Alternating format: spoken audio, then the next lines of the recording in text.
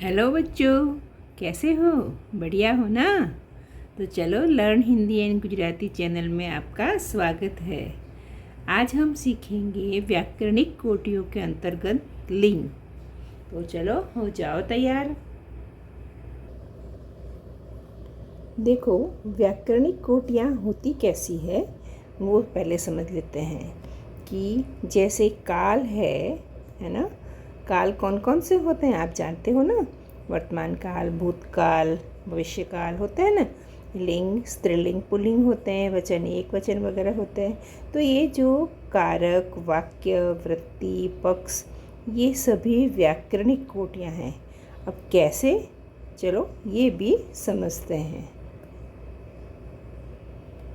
देखो, हम पहले कुछ वाक्य देखते हैं, इससे आप समझ जाओगे कि व्याकरणिक कोटियाँ होती कैसे हैं।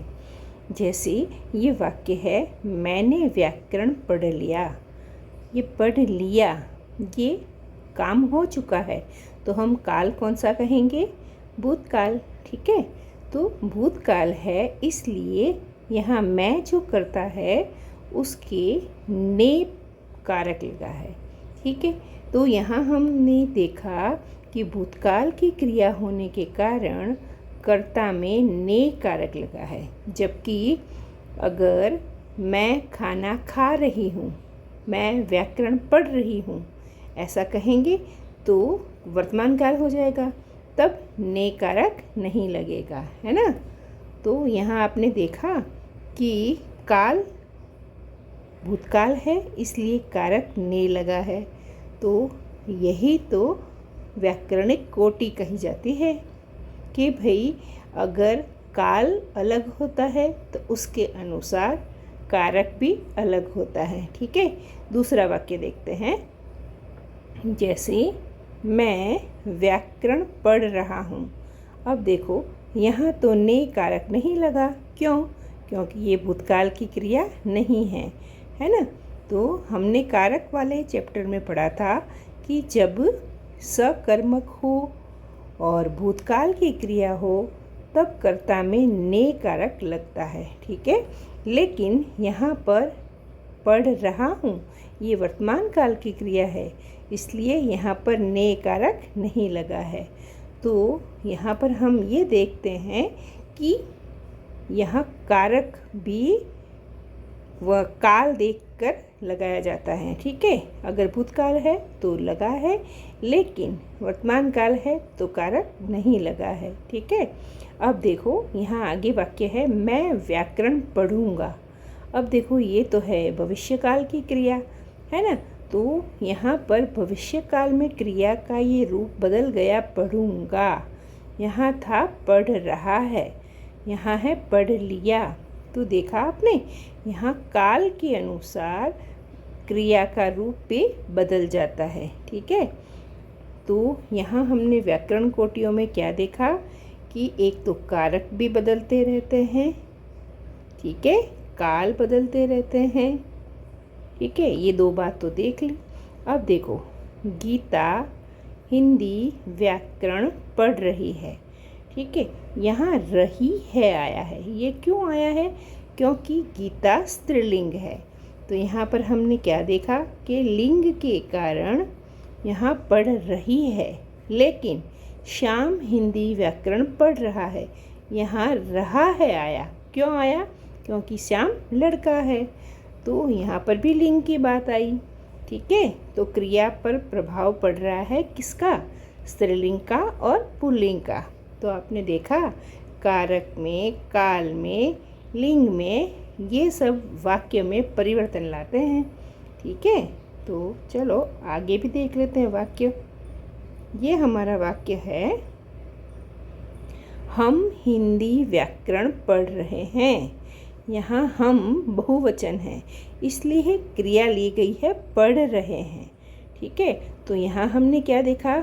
वचन है, वो भी व्याकरणिक कोटि है और वचन के अनुसार क्रिया बदलती है। ठीक है, तो ये भी हमारी व्याकरण कोटि हो गई। ठीक है, तो वचन भी व्याकरणिक कोटि में आता है। समझ गए ना आप? चलो आगे देखते हैं। मैं हिंदी व्याकरण पढ़ रहा हूँ।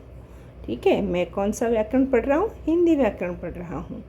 तो यहाँ पर ये एक वचन है, इसलिए लिखा हमने पढ़ रहा हूँ, लेकिन यहाँ बहुवचन था तो पढ़ रहे हैं, तो ये भी वचन की बात आ गई। ठीक है, तो व्याकरण कोटियों के अंतर्गत ये आ गया एक वचन और बहुवचन। ठीक है, अब आगे का वाक्य है, यह हिंदी व्याकरण की पुस्तक मेरी है। देखो, यहाँ पुस्तक स्त्रीलिंग है, इसलिए ये हो गया मेरी। ठीक है, अगर यहाँ पर कोई होता कि भाई यहाँ शर्ट है ना, तो ये कहते हैं कि भाई ये शर्ट मेरा है। ठीक है, तो यहाँ पर जैसा ही यहाँ कर्ता नहीं, यहाँ कर्म है वो पुल्लिंग होता है, तो सर्वनाम भी पुल्लिंग का होता है, और स्त्रीलिंग का होता है तो सर्वनाम भी स्त्रीलिंग। जैसे कि ये घर मेरा है। ठीक है, तो घर किसका है? मेरा है, तो ये पुल्लिंग है, इसलिए सर्वनाम भी पुल्लिंग बन गया। ठीक है, ये घड़ी मेरी है। ठीक है, तो यहाँ पर मेरी क्यों बना? क्योंकि ये घड़ी स्त्रीलिंग है। तो देखा कि यहाँ पर ये जो स्त्रीलिंग पुल्लिंग बदलते रहते हैं वो भी एक व्याकरणिक कोटियाँ हो गई। ठीक है, आगे देखते हैं। ये देखो, यहाँ इस वाक्य में आया ना, यह मोबाइल मेरा है। ठीक है, तो यहाँ मेरा क्यों आया? क्योंकि यहाँ पुल्लिंग है। ठीक है ना, पुस्तक स्त्रीलिंग था इसलिए मेरी हुआ, लेकिन मोबाइल पुल्लिंग है इसलिए मेरा हो गया। ठीक है, यह कपड़ा उसका है, कपड़ा पुल्लिंग है इसलिए उसका लिखा गया, लेकिन अगर साड़ी होता तो साड़ी स्त्रीलिंग है इसलिए उसकी लिखते, है ना। तो ये भी स्त्रीलिंग पुल्लिंग वाली व्याकरणिक कोटियाँ हो गई। ठीक है, हम व्याकरण पढ़ेंगे, तो देखो यहाँ हम बहुवचन है इसलिए क्रिया हो गई पढ़ेंगे। ठीक है, तो ये भी देखा आपने कि वचन के अनुसार क्रिया का रूप भी परिवर्तित होता है। तो इन्हीं को हम वचन, लिंग, कारक, है ना, इन सब को हम व्याकरणिक कोटियाँ कहते हैं। तो समझ गए ना कि व्याकरणिक कोटियाँ होती क्या है। अब चलो हम यहाँ पर कुछ शब्द देखते हैं कि भाई घोड़ा। ठीक है, घोड़ा है, दौड़ रहा है, तो ये पुल्लिंग है या स्त्रीलिंग? आप समझ रहे हो? हाँ, मुझे तो सब पता है, आपको पता है घोड़ा पुल्लिंग है। ठीक है, तोता कैसा, तोता कैसा है, तो ये तो हमें पता चल गया कि ये तो पुल्लिंग है। ठीक है, जैसे हमें पता करना हो ना कि ये पुल्लिंग कैसे हो सकता है, स्त्रीलिंग है, ये कैसे पता चले, है ना। तो कुछ बातें तो हमें पता ही चल जाती है कि भाई लड़की है तो स्त्रीलिंग है, लड़का है तो पुल्लिंग है। ठीक है, लेकिन हर बातें देख के तो नहीं होती है ना।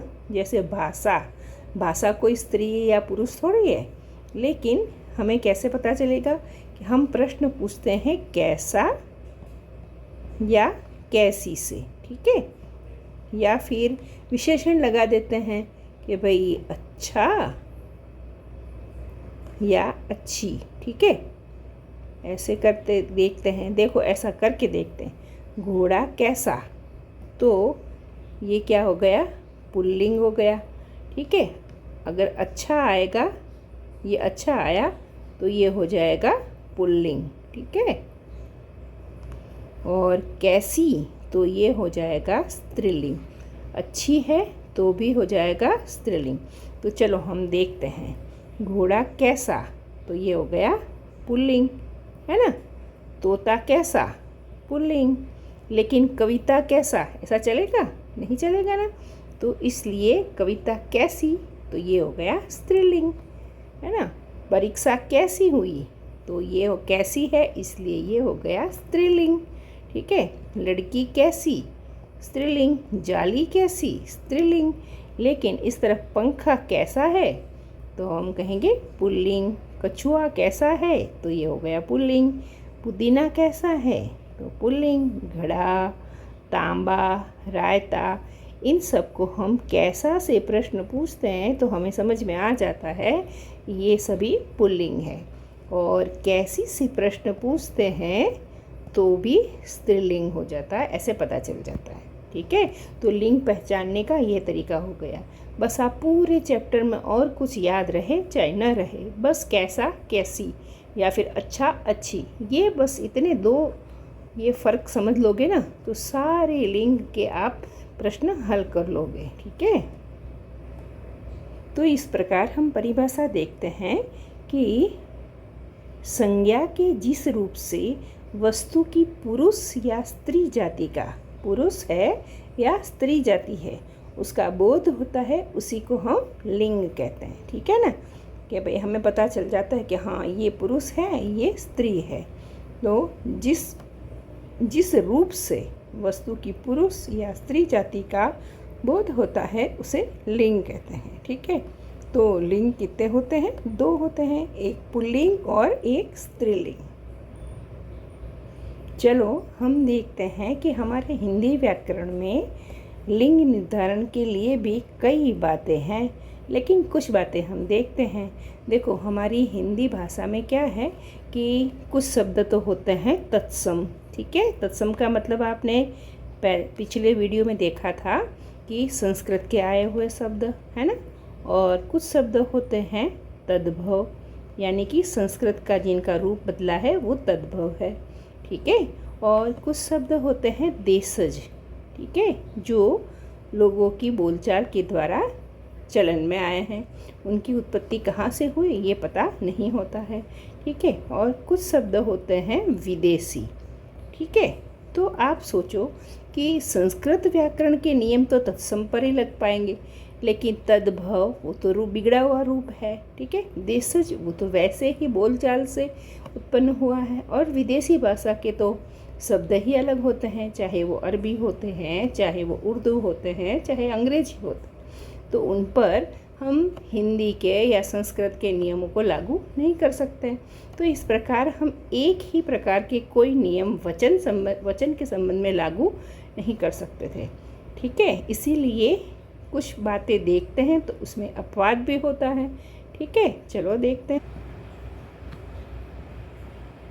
जैसे कि हाँ, यहाँ हम देखते हैं पुरुष। ठीक है, तो ये तो हमें समझ में आ गया कि ये तो पुल्लिंग है, और स्त्री वो स्त्रीलिंग हो गया है ना। अब घोड़ा तो पुल्लिंग है, ये भी हमें समझ में आ गया है ना। कुछ चीज़ें तो हमें देखने से समझ आ ही जाती है। घोड़ा पुल्लिंग, घोड़ी स्त्रीलिंग, मोर पुल्लिंग, मोरनी स्त्रीलिंग। ठीक है, तो हमें यहाँ पता चल गया कि भाई ये तो पुल्लिंग है और ये स्त्रीलिंग है। लेकिन कुछ अपवाद भी है।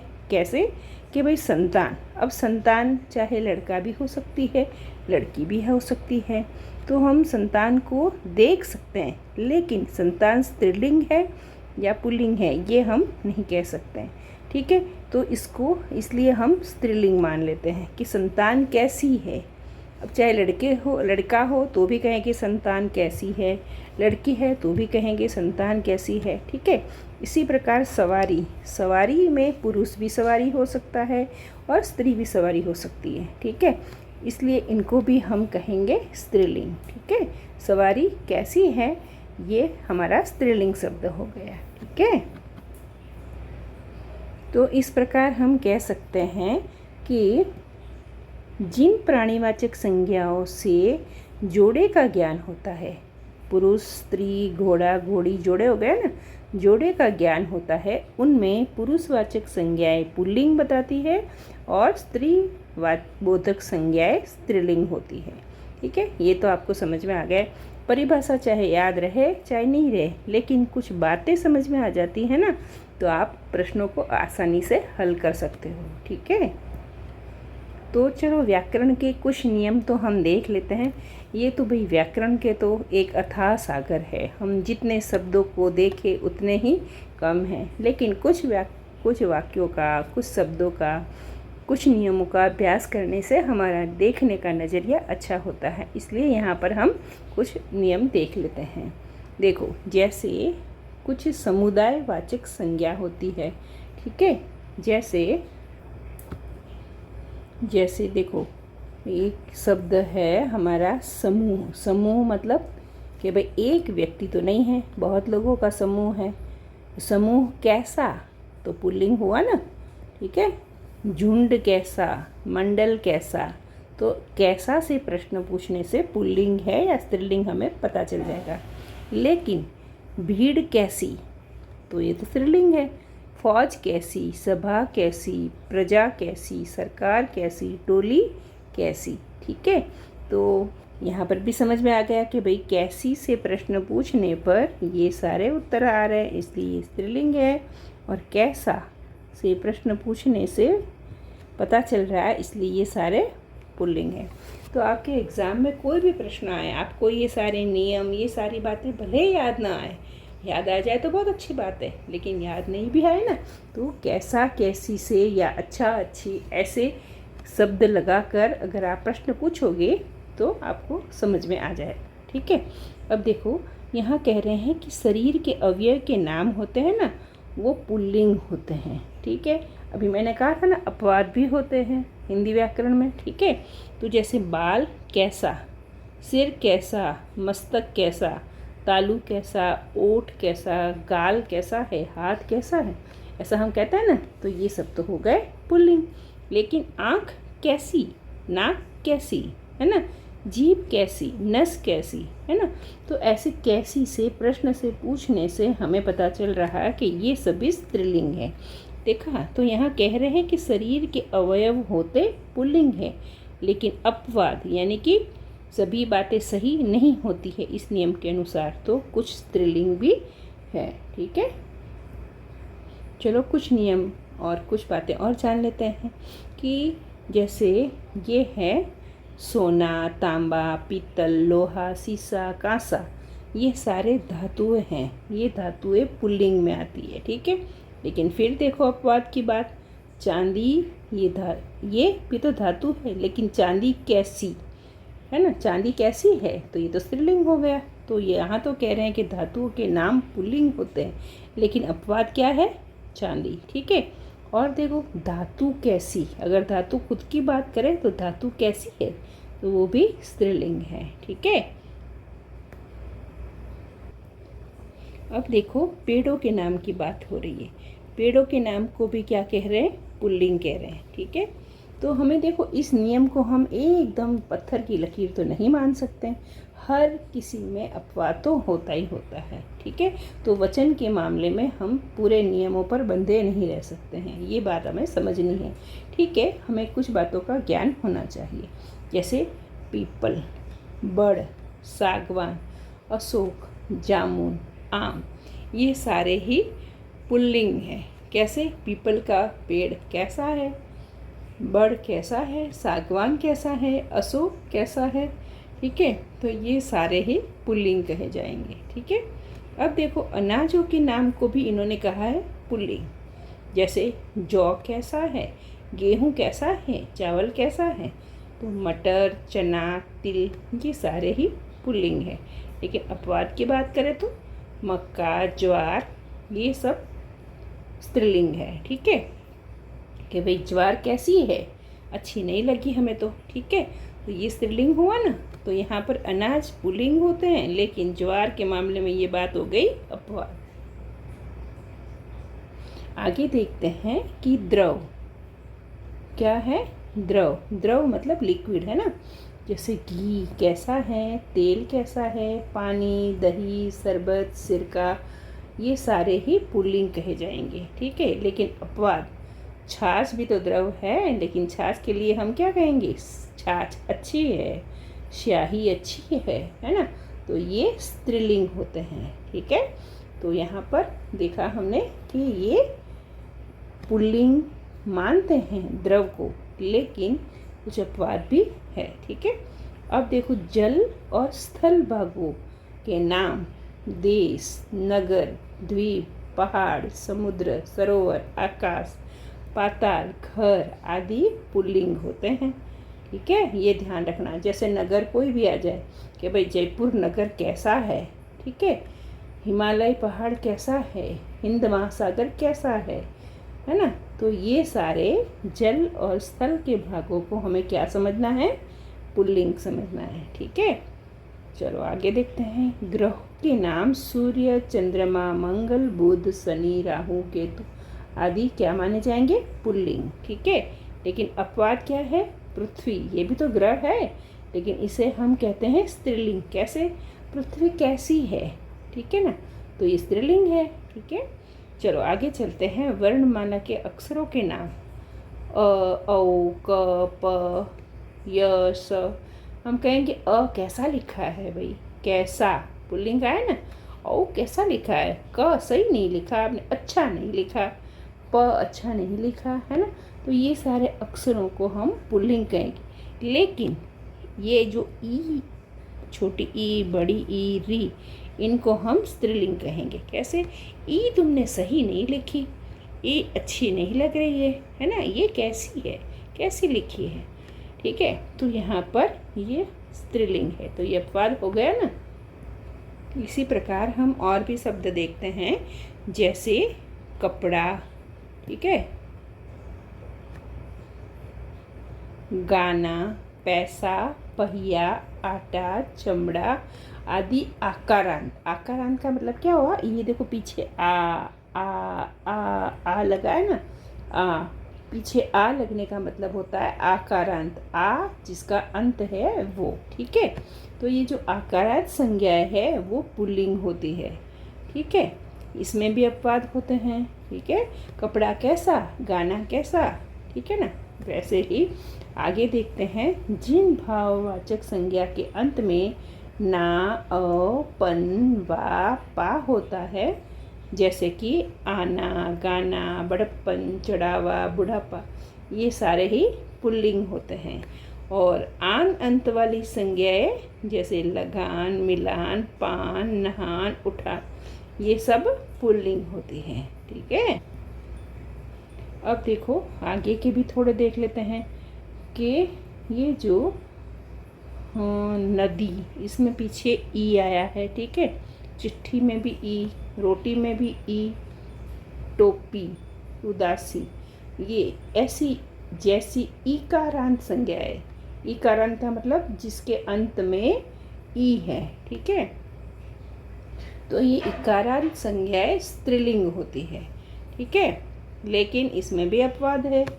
पानी, पानी भी तो इकारांत है, लेकिन पानी कैसा, ठंडा है, गर्म है ना, तो ये तो पुल्लिंग हो गया। घी कैसा, मोती कैसा है, दही कैसा है, तो ये तो पुल्लिंग है, यानी ये पुल्लिंग है, इसलिए इसको कहेंगे अपवाद है। ठीक है, वैसे ही यहाँ कह रहे हैं कि तकारांत, यानी जिसके पीछे त हो।